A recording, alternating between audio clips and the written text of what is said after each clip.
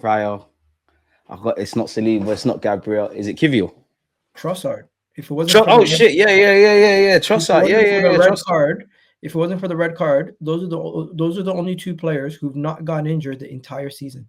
Everybody else in and out or injured now, like Martinelli and Havertz. So in the grand scheme of things, how on earth are we still in a title race with no striker, a terrible attack, midfield defense all getting injured, refereeing decisions going against us every Ain't 2 lost weeks, in 15 games as well. and we're still undefeated in 15 games? And people want Arteta out discussions. People want to have discussions about why we should replace the manager, and he's the problem. Excuse me? I'm sorry, Deluded. What am I missing? Why is it that every issue that is happening is an excuse, and the manager is being blamed for things that he can't control? He can't control Kai Havertz missing sitters. He can't control You can't the control referees losing having their mind. Havertz leading your line though. He can't. No. But Or as Havertz, a club, like let's better yet, let's just say club, whether it's Arteta, sporting director who left, sporting director now, Cronkies. In the same way that if me and you are having different conversations, everyone's been fit or we had depth, I'd praise everyone. So rather than individually, let's just say as a club, like let's just band it under as a club. But go on. no. Go back to the Havertz point then. I don't disagree with you. We should do better than Havertz. But right now, don't forget that with him being injured, we're looking back and we're saying, you know what, he does a lot compared to in this team. He might not be the best finisher, but with the pressing I and what always he say, does, apart from Bukayo Saka, rightly or wrongly, Kai Havertz is probably our most reliable tackle, which, with respectfully to Kai Havertz, is probably an issue in itself, but he's not picking himself, etc. So you are right in that regard. we just came off a season where we challenged to the second day, the last day of the season. They have Erling Haaland, we had Kai Havertz, and we still were up there.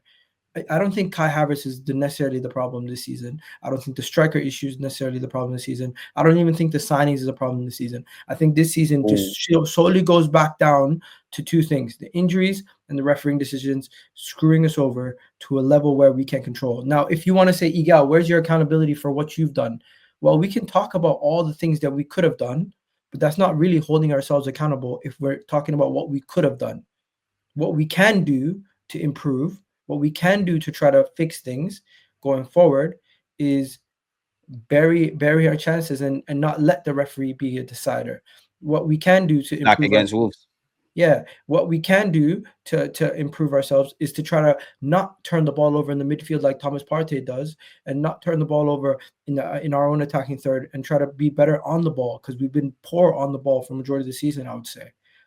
We have not been as slick with the ball and holding on to possession as we have been the last couple of years.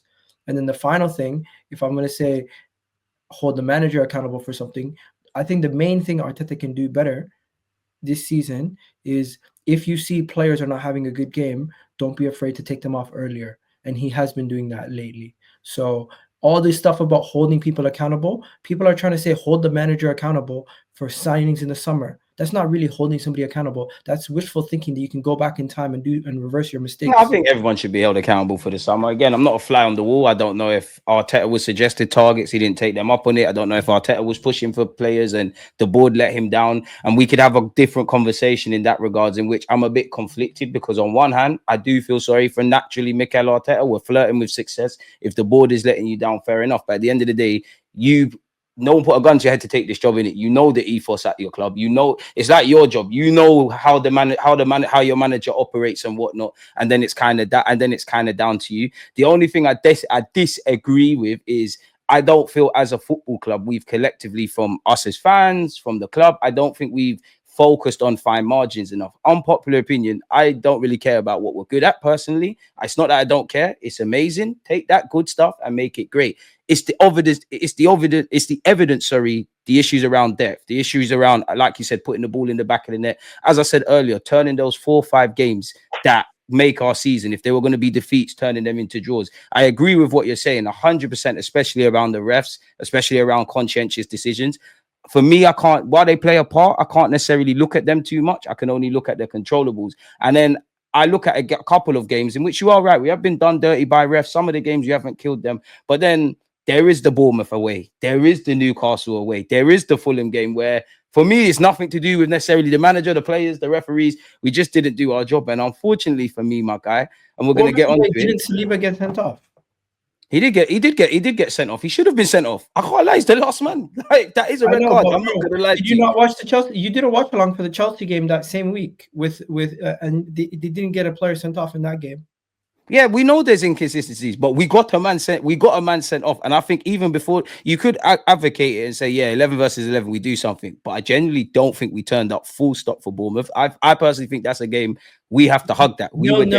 No, Martinelli could have buried it. He could have buried it. That's my thing. We collectively as a team, we have not, whether we're all a team, whether it's just Mikel Arteta or Kai's made a mistake or Saliba's fucked up or whatever, we are a team. It's 90, there's 11 men out there. It's 90 minutes. We can do the coulda, woulda, shoulda. I just don't think we turned up at Bournemouth. I think we shot ourselves in the foot against Fulham. Newcastle away. Well, to be honest, this season we've kind of been poor anytime we played Newcastle. Newcastle away, we're poor. Which goes back to my point, bro. It's about fine margins. And I do feel, away from the ref stuff, I feel Liverpool have been on the right side of the fine margins a lot more than us. And I think that is generally how the season's kind of gone. I look at their, rightly or wrongly, the way they beat Bournemouth, the way they beat Brentford, actually how it could have, yes, referees played a part yesterday, but the way Wolves kind of, Wolves had them under the ropes, low key at times. Shots in the second half. They got, apparently Liverpool didn't even have shots on target in the second half. So I just think Liverpool have showed different ways of getting it over the line. And it takes me back to, you know what, in terms of the title race, bro, I do think, it might have been a different story for me had we have got that victory against them at the Emirates. I might be looking at this a lot more positively. All right, cool. Took that from us also. Huh? The rest took that from us also. Yeah, but we can't. Like, there's also been times we've got away. Penalty could have been given could have been. Yeah, the ref zanged us. The ref defo zanged us. But then look at the goal we conceded. I think, was it Darwin Núñez who put it in the back of the net, or was it Salah? I think whoever done it. Do you remember that game? Yeah, like a lot of fans were calling us. They were saying we're not going forward. We're being a bit too negative. If you remember that game, we were being quite conservative, managing the game. The one time we gambled, obviously you saw what Trent, Darwin Núñez, and Salah did. So, and this is my thing. It's no Gabriel, no Saliba on the pitch.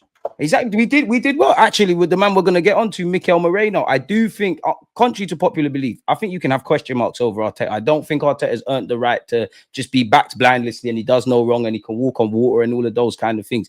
What I will say is there's clearly a good side here. There is a good side. There's many, as much as there's negatives, there's clearly things to be positive about. We ain't lost in 15 games. For me, it's now about going to the next level in terms of the rebuild and all of that. And this goes for as a club. Rebuild, all of that, great.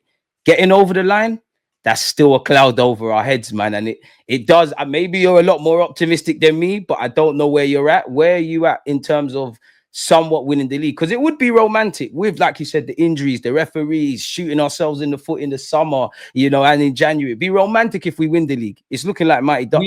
We are in the best state out of every club in the Premier League. Say that again, please. We currently are in the best state out of every club in the Premier League.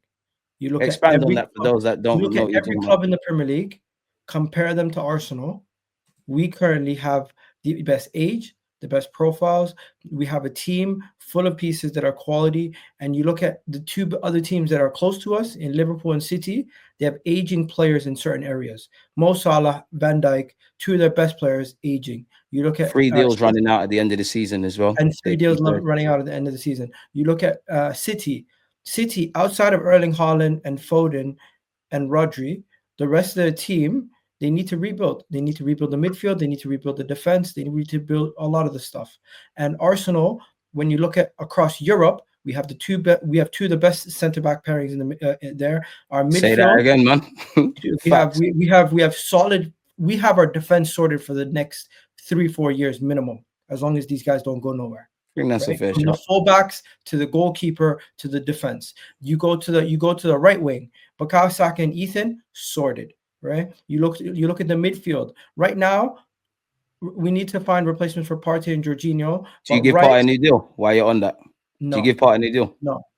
We're gonna get onto that. Simply put, I think Thomas Partey, he's been fortunate with injuries recently, but he's extremely injury prone in the past.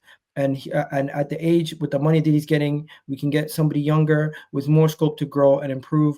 And I love Thomas Partey, don't get me wrong, but recently I think he has been showing that his legs are slightly going and he has the quality on the ball. But for how long can we see it? We've seen players drop off a cliff quite quickly, and I think he's on the edge of that cliff. And we don't want a Casemiro 2.0 situation on our hands. We ain't going out like that, man. God forbid. Like, and that's one thing. I don't like to look at other clubs, and I just like to focus on my club. But when you look at the two who played yesterday, and obviously Chelsea, we do have to somewhat count our blessings, man. You are right in that. But yeah, how optimistic are you on winning the title, then, man? Like, it's like, because for me, it looks like it's gonna be. I know you've watched Coach Carter and Mighty Ducks. It looks like it's gonna. If that was the films that Arsenal was, that's gonna be us. But like, give us a reason. Give me a reason to be optimistic, man. How hopeful are you? Like. Arteta's coach Bombay. There you go. Listen, set piece coach makes sense too because with the triangle and everything. But I'll say this, man. I don't think we're gonna win the league unless Liverpool fall off a cliff, and I just don't see them falling off a cliff. Really and truly, I have been waiting to see when Liverpool are gonna fall off, hoping and praying that they fall off. But unless they have massive injuries to Mo Salah and Van Dijk or something like that, which I would never wish upon anybody, by the way. I'm not wishing injuries on anybody, but unless something massive like that happens, I don't think it's gonna happen. So you think it's too much of a margin? Really? But the Champions League, by the way, it's a cup competition. It's a cup competition. Talk to me about the champs. It's a cup competition. Yeah, we know that, but where are you getting at? Talk to us, man. It's a cup competition. We could find ourselves on a fortunate run, and all it takes is a bunch of your players coming back before the quarterfinals and semifinals, and you could be 2 or 3 games away from winning a cup.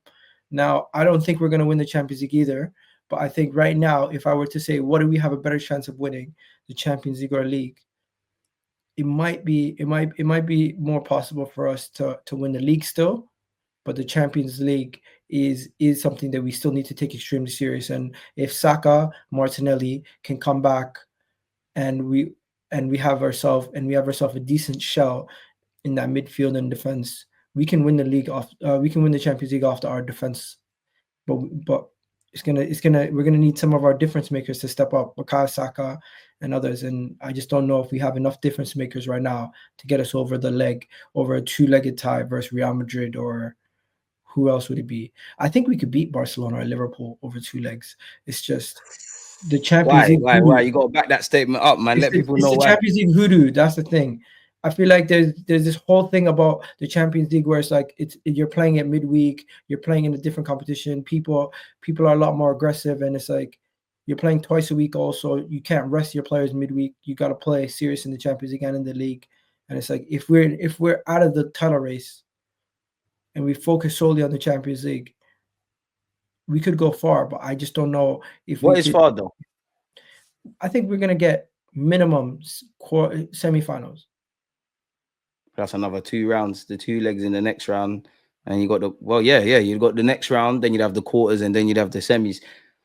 I don't know, Egal, man. I'll be honest, because for me, I just feel it's about fine margins. Like you look last year against Bayern Munich, I don't feel we were any better or worse than them. We competed across 2 legs, and yeah, that's another game we should have had a penalty. But I was the one who historically said, "Bring me Bayern."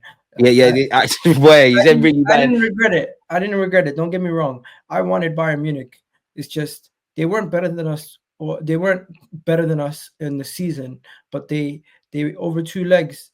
I think you could say Arteta got outcoached because that's how the champs is though. Like that's what I mean about fine margins, because it's not necessarily about being the better team. It's literally just about taking your moments. Like obviously we are not Real Madrid, but Real Madrid the last couple of times, without being disingenuous, they've won the Champions League. Forget the final.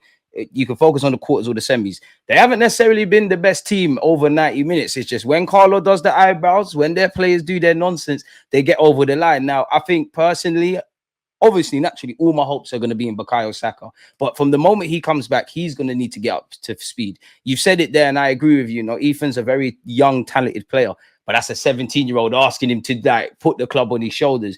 I think the one thing I'd be a bit optimistic about would be our defense. I must admit, though, there definitely the second leg against Bayern Munich, and I would say, I can't remember if it was the first or second, but the first game in Portugal against Porto, I think they kind of looked a bit nervous. I just think it's too much of a big ask, man. I would rather win the champs than the Prem, but it's a madness. I think where the champs Premier League, sorry, is concerned is, as you said, we don't wish injuries on anyone, but we're hoping that there's a bit of a fall off there with Liverpool. You're hoping they drop points, with Aston Villa and all these games, and they've got a fixture pile up. I just think there's too much margin for error, man. I just think Liverpool would have to try very hard to allow Arsenal to win this. And I know people have said this before, but if Arsenal did do that, for me, it'd be the biggest capitulation of a league campaign. Where I'm at with Arsenal, I'm negative about the injuries. I am questioning the process, not necessarily with Arteta, with where the club is going, because as you said earlier, we finished 2 points off City. Oh, don't get me started on the club. Yeah, no, but from a sporting front, like purely sporting, like you said, the 11, the squad,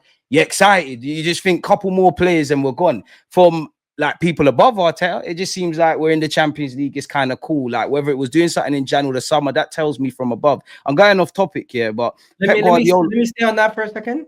Go on. We are run by lawyers, bro. Well, there's nothing wrong with being run by lawyers. We're just not run by lawyers that understand football, bro. And that's where I said, how much can we allow Arteta? Because the process that you're working in. Like Klopp had certain things at FFP. Mykhailo Mudrik's transfer to Chelsea has screwed us over. And I'll tell you why. Well, you need to tell us why. Because that transfer flopping so bad and Leandro Trossard being 25 million and working out so well has made Arsenal so risk adverse to the level where they're scared to make mistakes.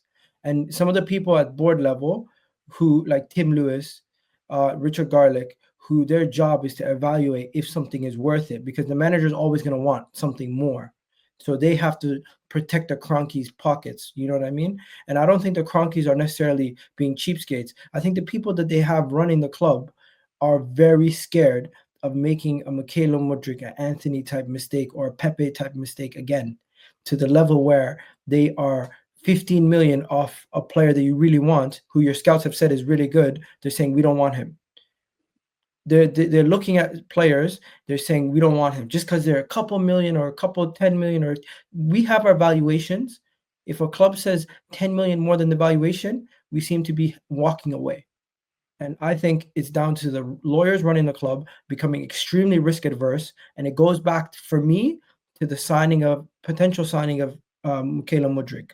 And the fact that he went to Chelsea and he's been that bad has made them reevaluate how much money they're willing to put and resources they're willing to put on each transfer and what their cutoff is. And if they reach that cutoff, they just walk away.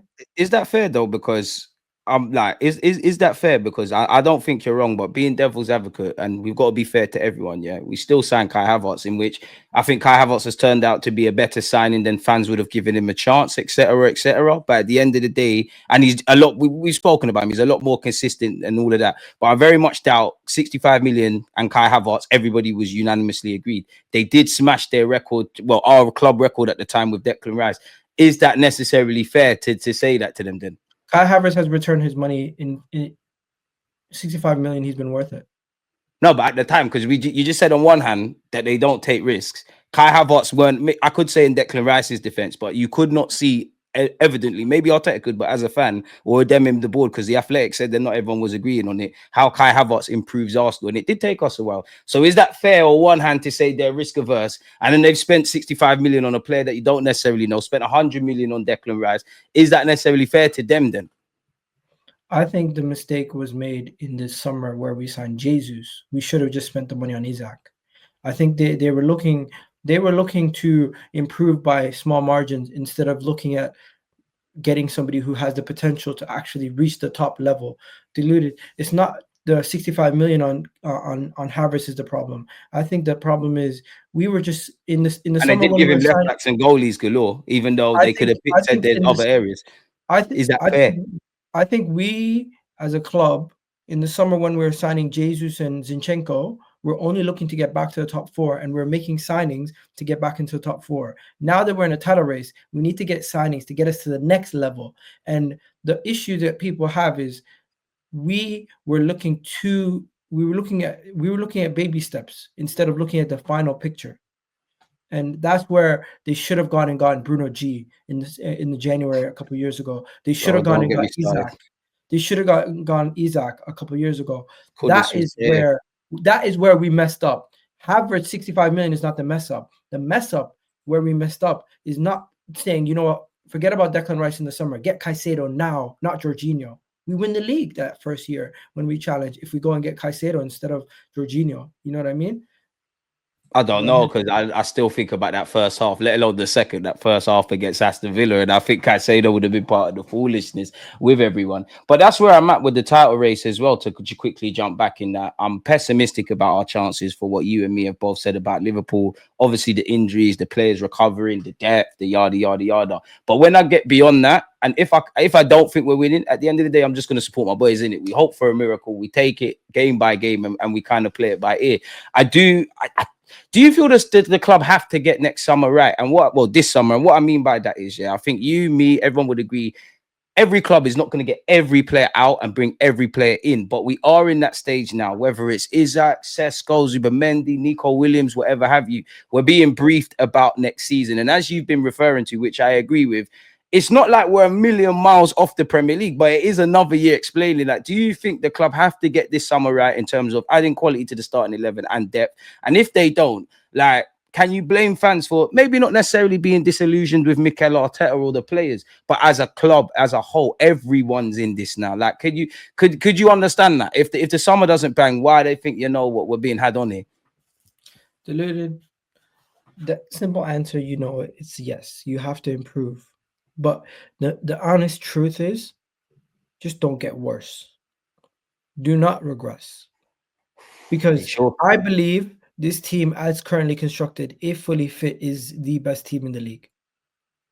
But when are I you going to think have favorable conditions where everybody's fit, though? Even last season, we were that's injury free. We where still missed three of our that's key players. where that's where we need to go in the summer, and we need to go and get Zubamendi, go and get another midfielder of quality that can do the box to box thing and help us out in that position. Get a striker, get a left winger. And if we get those four pieces, we're still going to need a backup goalkeeper and like Garcia or something. We're going And to need then about two of them, really. so what? Two backup goalkeepers? Yeah, you're going to need a second and third No, no, choice. no. We have the academy kid. Give Telford the backup goalkeeper, the third one. Probably expect them to push for a loan, if I'm honest with you. But go on. He might actually get game time. Arteta As a might be third like, choice goalie, you can get game time. hey, our second choice goalkeeper this season didn't play until the FA Cup. So that's not game time. That's not game time. That's going to make you improve as a young No, goalie. but the third, maybe one cup can be the third choice, and the second choice can play in the other cup. But we've seen Arteta is going to play his strongest team. Fair enough. The League Cup, you could say that Neto probably would have had a bag of games up until a certain point.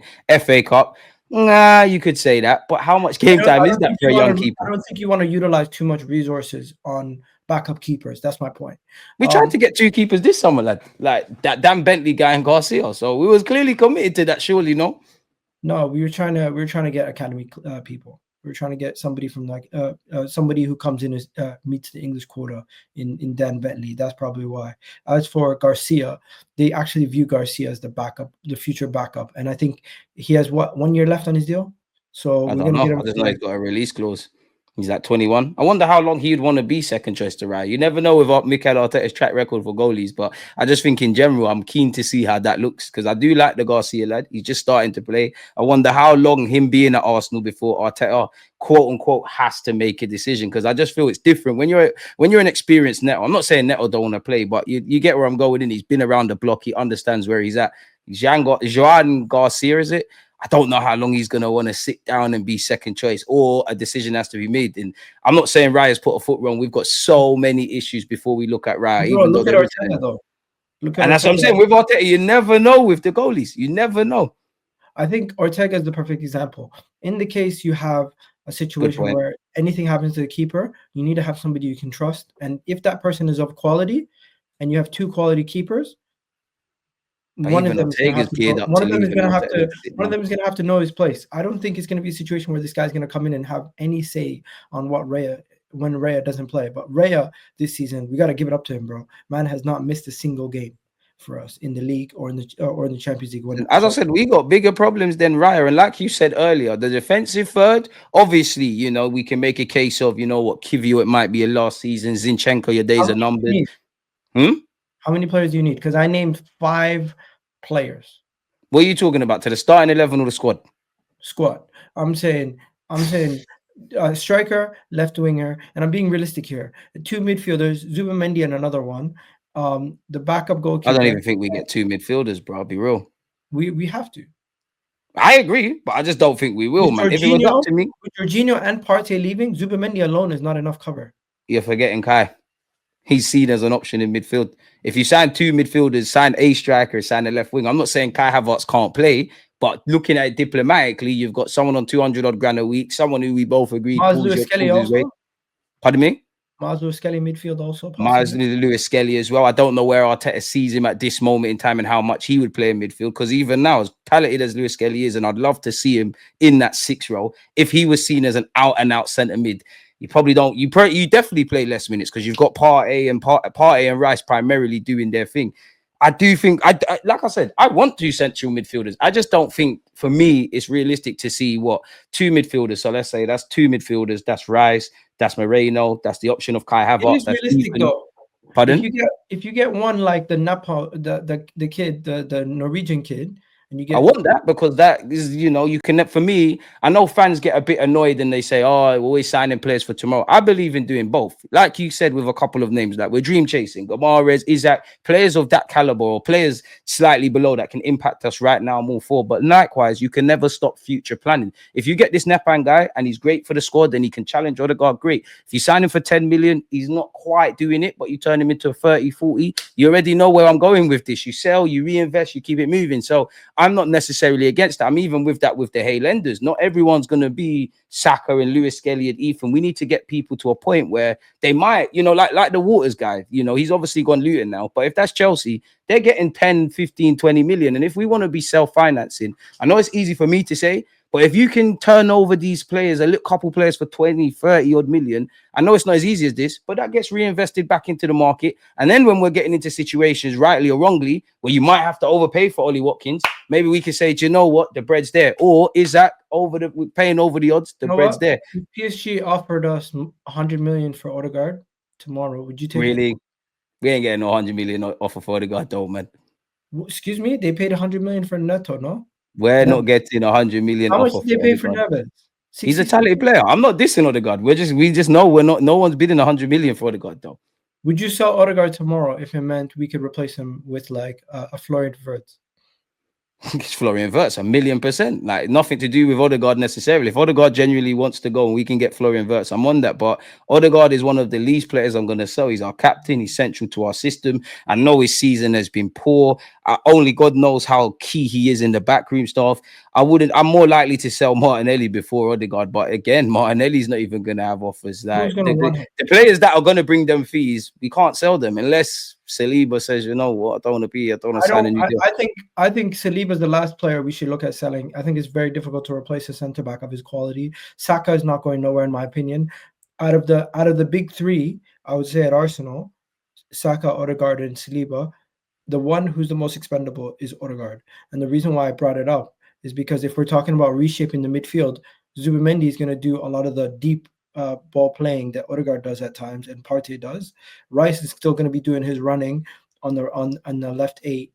The real position we need to upgrade potentially in the midfield after we've already gotten replacement for Partey and Jorginho is going to be a better 10, because Odegaard is not really as good as a 10 as I thought he was. He's not clinical. He can't finish his dinner. And he, a couple years ago, had 15 goals in the league. And I don't see that happening again, in my opinion. I need to see more from him. I'm starting to lose faith in Martin Odegaard as the solution going forward and a player to build the team around. He is just a really good player, but he's not somebody you can build the team around as your go-to in every aspect. He can create, and he needs players around him, but he's not the guy who wins you a game by himself. I'm with that. I agree with that. But Mikel Arteta, that's his guy, isn't it? Like, that's it, rightly or wrongly. Mikel Arteta, Odegaard's his guy. I don't think Odegaard's getting anywhere anytime soon. I'm not looking to replace Odegaard at all, or Saliba, or Bukayo Saka. Again, like, these are players that should be But counted. if you had to replace somebody, who would it be? Out of who? Saliba, Gabriel, Saliba. What you said, Saliba, Odegaard, and Saka, right? Saliba, Odegaard, Saka.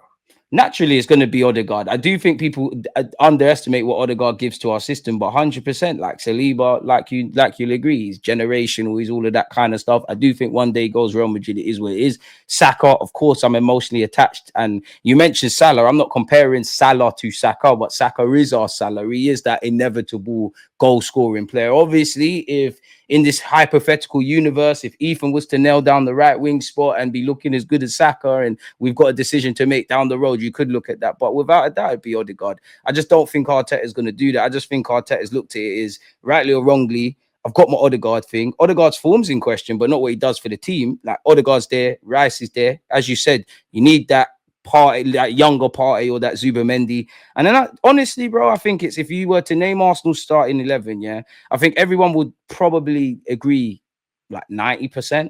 You might say Martinelli, I might say Trossard on the left. It depends what fullback combination you want to go with, but I think everyone's cool with that, whether it's Timber and Ben White, Calafiori and this one's Lewis Skelly and whatever. But when you break it down, midfield need that long-term part A replacement. Left wing, I like Trossard, I like Martinelli. You man are on the bench. If you earn your spot, you earn your spot. But there needs to be an upgrade. Kai Havertz, again, I do think you deserve a lot of criticism, but I do think fans are very harsh to you.